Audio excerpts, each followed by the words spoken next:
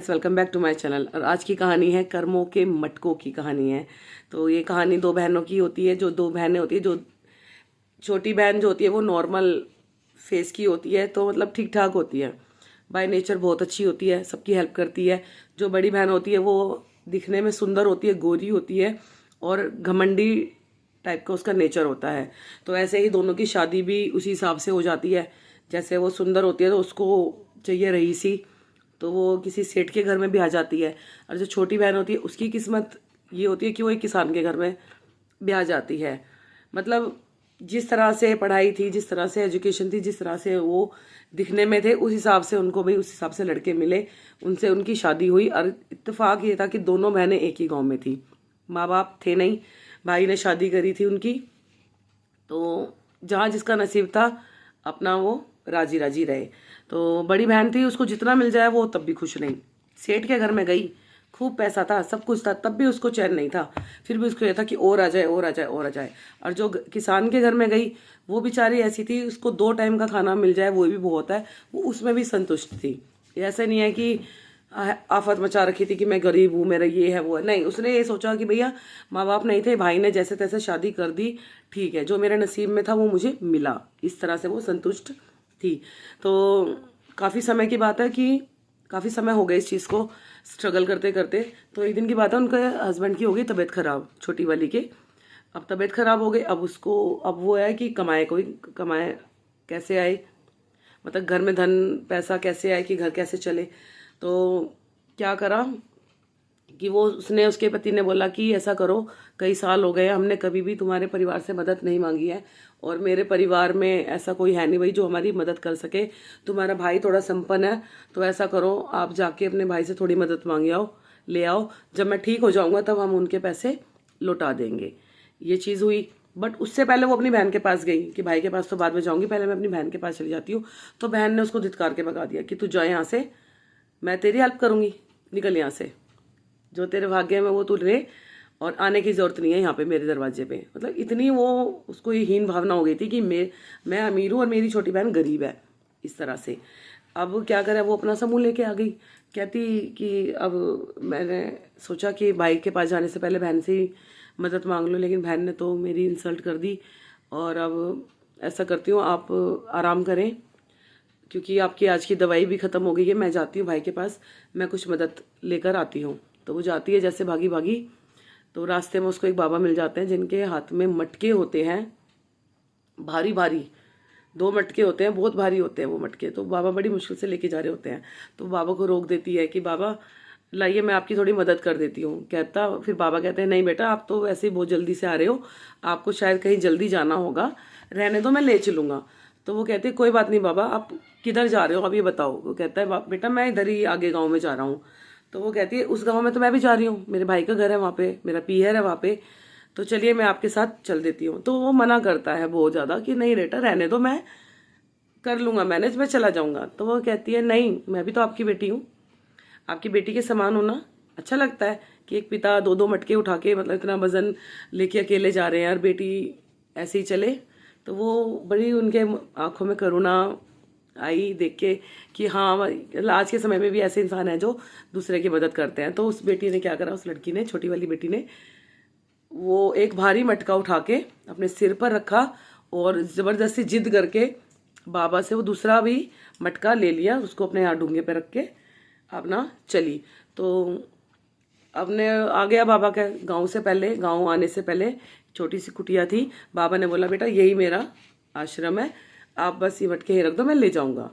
तो कहती ठीक है ठीक है पिताजी, मतलब बाबा पिता समान है, पिता तो थे नहीं, अब उसको जो बूढ़ा बाबा मिला उसने उसको अपना मुंह बोला, मतलब ये चीज़ सोची कि यही मेरे पिता समान है। तो उसने कहा ठीक है बाबा, अब मैं चलती हूँ। तो भैया रख दिया मटका और अपना आशीर्वाद दिया बाबा ने उसको खूब अच्छा। वो गई अपने घर, घर जाके देखा तो क्या भाई उसका था नहीं, भाई गया हुआ था शहर, घर में भाभी थी। भाभी से उसने बोला कि भाभी भैया कहाँ है, मुझे भैया से बात करनी है बहुत ज़रूरी। कहती क्या बात करनी है, बताओ मुझे बताओ, तुम्हारे भैया गाँव वो शहर गए हुए हैं गाँव से, क्या बात है। कहती है कि ऐसे ऐसे मेरे पति की तबीयत खराब हो गई है, और मैं बड़ी दीदी के पास भी गई थी मदद के लिए, तो उन्होंने मेरी मदद नहीं करी, और मुझे अपने पति का इलाज कराना है, और उसी के लिए आई थी। आप थोड़े से पैसे हो सके तो मुझे दे दो उधार, जब मेरे पति ठीक हो जाएंगे तो मैं आपको वो पैसे वापस कर दूंगी। भैया इतनी सी बात सुन के वो तो तिलमिला उठी कि मेरे पास कुछ नहीं है, अगर हमारे पास होता तो हम दे देते, ठीक है ना। इतनी मुश्किल से कर्जा ले लेके तो तुम दोनों बहनों की शादी करी है और अब तुम आ गई हो पैसा मांगने। फिर उसने उसको धित्कार दिया। फिर वो बेचारी अपना समूह लेके रोती रोती आई। तो फिर उससे रास्ते में बाबा की कुटिया दिखी। बाबा कुटिया के बाहर मतलब चौकी डाल के बैठे हुए थे। तो बाबा ने उसको रोका कि बेटी क्या हुआ, क्यों रोती हुई जा रही हो। तो उसने बताया ऐसे ऐसे बाबा ये बात है, पति की तबीयत खराब है। और ऐसे मैं अपनी बहन के पास भी गई थी मदद के लिए, उसने भी मदद नहीं करी। भाई के पास गई, भाई तो नहीं था घर पे, लेकिन भाभी थी। भाभी ने मुझे मतलब मेरी बेइज्जती कर दी और अब मैं बड़ी परेशान हूँ, मैं क्या करूँ। तो बाबा ने बोला आओ। बाबा ने उसको कुटिया में बुलाया, बैठाया, उसको पानी पिलाया, उसको हिम्मत दी और उसको बोला कि बेटा एक काम कर, ज़्यादा बातों में नहीं लगे बाबा। कि अंदर कुटिया में अंदर एक छोटी सी कमरा था, ओट सी थी, वहाँ पे वो रखे थे 3 मटके रखे थे। तो बाबा ने बोला बेटा तू जा अंदर, छोटे छोटे मटके रखे हैं 3, तू उनमें से कोई भी एक मटका उठा के ले आ और उसमें है लड्डू, और अपना तुझे भूख लगे तो तू घर जाके खा लियो, मतलब रास्ते में खा लियो, अभी इतनी दूर जाएगी, भूखी प्यासी लग रही है। तो वो मटका ले, उसमें लड्डू रखे हैं और अपना रास्ते में खा लेना और अपने पति को भी खिला देना। तो वो कहती नहीं पिता, नहीं बाबा ऐसे नहीं अच्छा लगता, मैं नहीं आपसे कुछ ले सकती। तो उन्होंने बोला बेटी तुम मेरी बेटी समान हो, जब तुम जा रही थी तब तुमने मुझसे क्या कहा था कि मैं आपकी बेटी हूँ, मैं आपको इतना बोझ उठाने नहीं दे सकती। और अब मैं तुमसे कह रहा हूँ कि मैं तुम्हारा पिता समान हूँ, और मैं जब एक पिता के पद पर हूँ तो क्या मैं अपनी बेटी को खाली विदा करूँगा? नहीं। आप लो मटके, तीनों में से कोई भी एक मटका उठाओ, उसमें लड्डू है, और अपना रास्ते में खा लेना और अपने पति को खिला देना। तो ऐसे विदा ली उसने बाबा से और अपने घर को गई। तो उसने सोचा कि भाई रास्ते में क्या खाऊंगी, घर चल के पति के साथ ही खा लूँगी। अब घर गई, पति की तबीयत ज़्यादा ख़राब, क्यों खाना नहीं खाया। तो वो बताया, उसने सारा हाल बताया अपने पति को, भाई ऐसे ऐसे मैं गई थी, ऐसे ऐसे भाभी ने मुझे बेइज्जती करी मेरी, और भाई थे नहीं वहाँ पे। तो कहता कि चलो कोई बात नहीं, थोड़े दिन और देखते हैं, लेते हैं इधर उधर जैसे भी गुजारा करते हैं, 1-2 चीज़ है मेरे पास, बेच देते हैं उसको, अपनी गाय बेच देंगे तो कम से कम कुछ दिन का गुजारा बसर तो हो जाएगा। तो कहती ठीक है। कह रहा कि चलो भूख लगी होगी। कहती हाँ मुझे है ना बाबा मिले थे, उन्होंने मुझे एक मटका दिया है, मैंने अभी वो रखा है, अभी आप मुँह हाथ धोयाओ, अभी हम मतलब उसमें 2-3 लड्डू हैं, मुँह से खा के आज का सो जाते हैं और अपना कल की कल देखेंगे क्या होगा। तो कहता ठीक है चलो। आए बेचारे, मुँह हाथ धो के आए, देखा तो क्या, जैसे उसने मटके के ऊपर जो कपड़ा था वो हटाया पीले रंग का, उसके अंदर सोने की अशर्फियाँ थी। दोनों की आंखें बिल्कुल चकाचौंध हो गई कि भैया ये क्या, मटके में अशर्फियाँ। फिर वो उसने बोला कि तुम्हें मटका किसने दिया। तो कह दी मैंने बताया तो आपको, मैं यहाँ से गई थी तो एक बाबा मिले थे मुझे, वो भारी मटका उठा के ले जा रहे थे, मैंने उनसे मटका लिया, उनकी कुटिया तक उनको छोड़ा और फिर मैं भाभी के पास चली गई, भाई के घर चली गई। फिर वहाँ से वापसी में आई तो मुझे एक बाबा, वही बाबा मिले उनकी कुटिया के बाहर। उन्होंने मुझे रोका, उन्होंने मुझे पानी पिलाया और एक पिता की तरह उन्होंने मुझे आशीर्वाद दिया। और उन्होंने मुझे वहाँ 3 मटके रखे थे, उनमें से एक मटका उठाने को बोला और मैं ले आई। उनमें से कोई सा भी, मुझे नहीं पता था इसमें क्या है, उन्होंने तो मुझसे बोला था इसमें लड्डू है और अपना घर जाके खा लेना। तो कहता कि बाबा बड़े चमत्कारी हैं। चलो अब उन्होंने क्या करा भैया, सीधी सी बात है, उन्होंने उस अशर्फियों के जो मटका था उस अशर्फियों से धीरे धीरे अपना जीवन सुधारा, ज़मीन खरीदी, उसमें खेती बाड़ी करी। अब ये सारी चीज़ें देख रही थी बड़ी वाली बहन ने कि भैया जो बहन मेरी भीख मांगती रहती थी, रोती रहती थी, बिलकती रहती थी, तड़पती रहती थी, बेचारी गरीब थी, भिखारन सी, आज वो इतनी ठाट कैसे आ गई। पहले तो फिर उसका आदमी भी कह रहा हाँ तेरी बहन का आदमी तो पहले दूसरे के खेतों में खुद वो मजदूरी करता था, उसने तो अब खुद इतना बड़ा खेत ले लिया, गाँव का सबसे बड़ा खेत उसने उसी के पास है, जाके पूछ क्या है क्या नहीं है। तो कहती मैं नहीं जाऊंगी उसके पास पूछने के लिए, मैं जाऊंगी तो फिर वो सोचेगी देख मेरे पास आ गई है। फिर वो कह रहा हाँ सुन, मैंने एक दिन देखा था तेरी बहन को, तेरे भाई के घर होके आई थी, जाके देख कर आ, तेरे भाई ने उसको बहुत दंड दिया है, तेरा भी तो उसमें हिस्सा है, तू भी तो बहन है उसकी, उसने अकेली बहन को, अकेले छोटी को कैसे दे दिया, माना वो गरीब है लेकिन तू भी तो उसकी बहन है, जा अपना हिस्सा लेकर आ। उसके पति ने उसको भर दिया एकदम ही, वो भी भरी हुई तो वैले भी थी वो, तो गई भागी भागी तुनक तुनक के। तो रास्ते में उसे बाबा मिले, तो बाबा ने उसको बोला, वही बाबा उसको उस दूसरी बड़ी वाली बहन को मिले, तो उसने बोला कि बेटा मेरे मटका बहुत भारी है, तो मेरा थोड़ी मदद कर दो इसको वहाँ तक ले जाने में। बाबा उसको टेस्ट कर रहे थे। तो क्या हुआ, उसने बोला कि भाई इतने भारी मटके मैंने कहा था उठाने के लिए, अपना बोझ खुद नहीं उठा सकते, पता नहीं कहाँ कहाँ से आ जाते हैं। तो उसने बोला, फिर उसने बाबा ने दोबारा बोला कि बेटा मैं बूढ़ा हो चुका हूँ, मेरी मदद कर दो, बहुत ज़्यादा वजन है, मैं नहीं उठा के ले जा सकता। मैंने कहा था बूढ़ा होने के लिए, जब बस की नहीं है तो मर जाओ यहाँ से कहीं से जाके।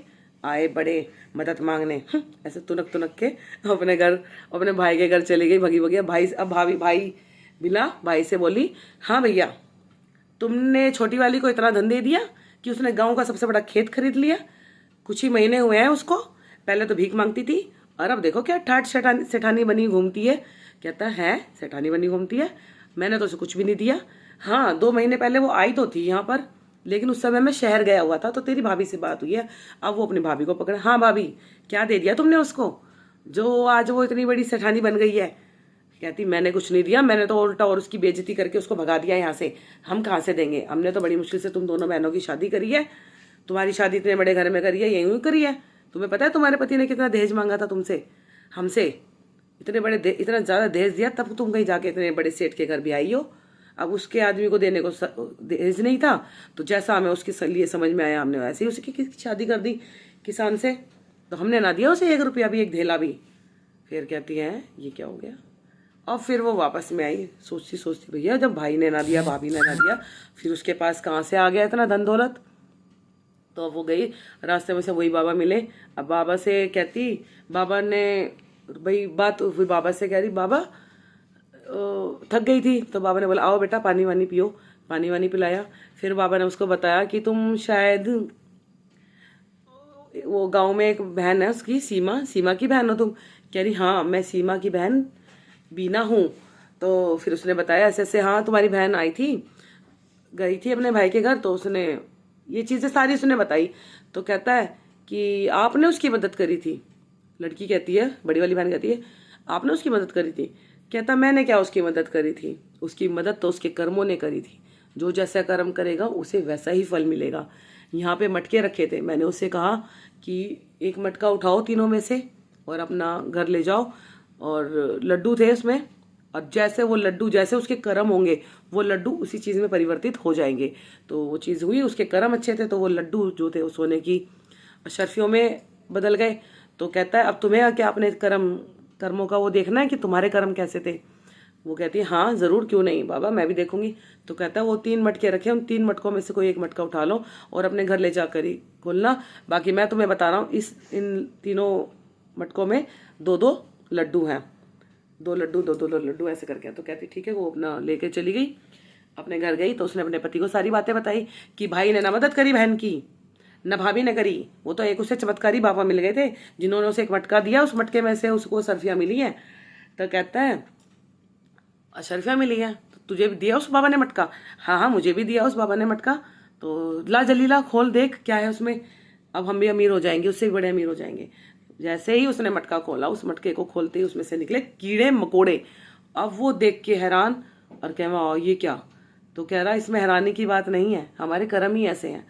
क्योंकि उस आदमी को भी अभी समझ में आ गया था कि भाई जैसे कर्म करेंगे वैसा ही फल मिलेगा। तो उसने बोला कि जैसे तेरे और मेरे कर्म है ना बीना, वैसे ही हमको फल मिला है। तूने हमेशा अपनी बहन को नीचा दिखाया, मैंने हमेशा उसके पति को नीचा दिखाया और उसका हमेशा अपमान किया, कभी किसी की मदद नहीं करी। उस दिन फिर वो कह रही हाँ सही कह रहे हो आप, वो बाबा भी मुझसे पहले जब मैं गई थी तो बाबा ने मुझसे मदद मांगी थी, मैंने उस बाबा की मदद नहीं करी बल्कि मैंने उसकी और बेइज्जती कर दी, तो उससे मेरा कर्म खराब हो गए। और ना जाने मैंने अपने बचपन से लेकर अब तक कितनी गलतियां करी हैं जिनका मुझे हर्जाना भुगतना पड़ रहा है अब। तो भैया यही होता है, जैसे कर्म करेंगे वैसा ही फल मिलेगा। छोटी बहन ने अच्छे कर्म करे, कभी किसी को देख के जली नहीं, फूकी नहीं, किलसी नहीं, हमेशा दूसरों की मदद करी, और कभी ये चीज़ का वो नहीं करा अहंकार कि भैया मेरे पास धन आ गया तो मैं अहंकार करूं। जो बड़ी थी, बड़ी ने हमेशा अहंकार करा, घमंड करा किसी को कुछ समझा ही नहीं, ना किसी की मदद करी, ना दया करी, ना भावना रखी, ना किसी को दान करा, तो बस वैसा ही उसको फल मिला। सो बस यही है, एक कर्मों के मटके हैं जो हम सबको भोगने हैं, हम सबको लेने हैं। और जब हम उस मटके का कपड़ा हटाएंगे तब हमें दिखेगा कि उस मटके में सोने की अशर्फियाँ हैं या सिर्फ कीड़े मकोड़े हैं। Thank you so much. अगर आपको मेरी कहानी अच्छी लगी हो तो प्लीज़ मेरे चैनल को लाइक करें, सब्सक्राइब करें। शेयर तो खैर कोई करता नहीं है, लेकिन हाँ प्लीज़ लाइक कर दे, वही बहुत बड़ी बात है। Thank you so much. जय श्री राम।